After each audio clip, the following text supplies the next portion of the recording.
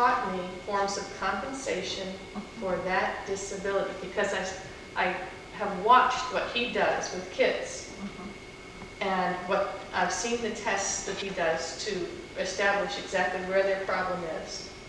And I have right-left confusion too, which goes along with the mathematics. And it came through folk dance. She grasped that, you know, I don't know if it was intuitive or in what way, but that's what it was. And it was sure a lot more pleasant way to get help with the problem than a lot of ways that are used now. Exactly. We all knew where we were in space. I think that was one of the things that we learned with folk dancing. One of the things we learned by all the things we did in the outdoors was that we were constantly getting a kinesthetic education. That most children, if you look at them in their classrooms, they don't get very much time to do that. They don't get very much time to move around. And we had a lot of moving around. We moved on this big campus. We had room to spread out. Our recesses were half an hour long, and we were out in the woods and out in the thickets and out. We weren't, you know, in a tight little space. So we learned about space, again, kinesthetically, as well as with, all of our other senses. You see, there was a purpose in the tent building. There was reason there, again, for the movement, whether you all were conscious of it or not. Right. There was a reason to have you leave one building and go to another. Exactly. And 5 minutes of the trip. Yeah. And now look what we do now.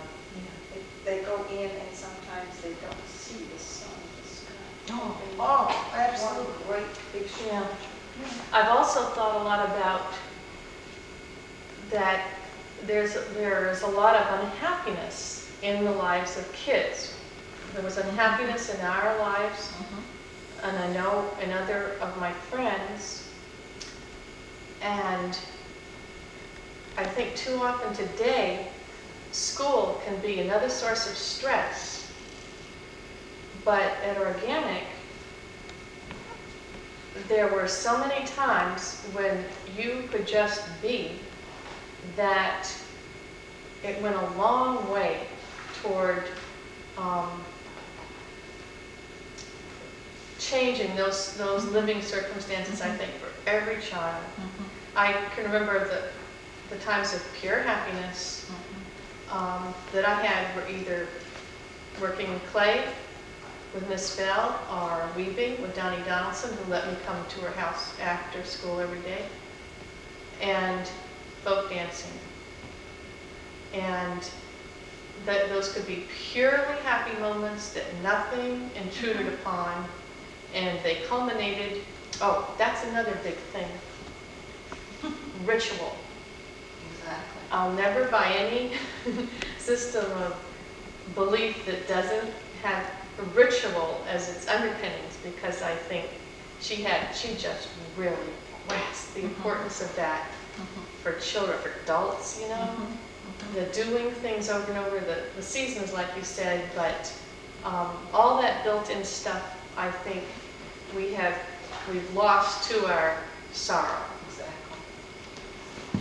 And her sense of that if you participate in our school, there were the rules of you go to bed at 8 o'clock at night. I mean, she had said to parents, here's what your responsibilities are, and my responsibility is during the daytime, but I need to have you help me so that the children will be ready and able to participate. Speaking of which, it's just a funny thing, but you know how she said you can't, no homework, right? No homework for kids.